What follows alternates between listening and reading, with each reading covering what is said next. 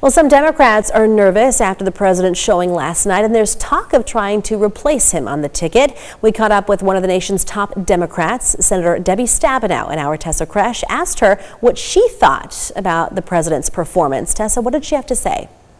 If there was one thing Democrats wanted to see on display from President Biden last night, it was strength. However, during Biden's delivery, he had a raspy voice and seemed to stumble on some of his words. After this performance, even members of his own party worry that at his age, he might not be up for the task for leading the country for another term. But Stabenow attributed his, quote, slow start to battling a sore throat. And she said President Biden should not be replaced because his policies are what Michigan needs.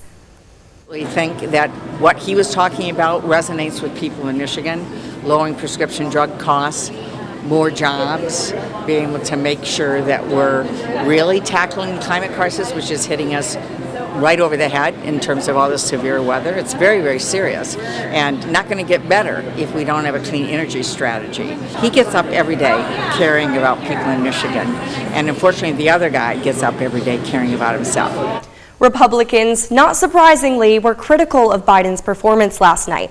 Michigan Republican leader Pete Hoekstra telling our media partners at WXYZ that President Biden provided no defense for what's happening to people every day: inflation, what's happening on the border, and the disaster that we find ourselves in overseas.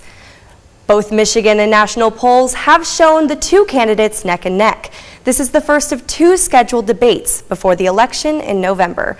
Back to you, Siobhan. All right, Tessa, thank you. And be sure to stay with 6 News on air, online, and through our 6 News app as we continue to bring you the latest on the presidential campaign, because we are your local election headquarters.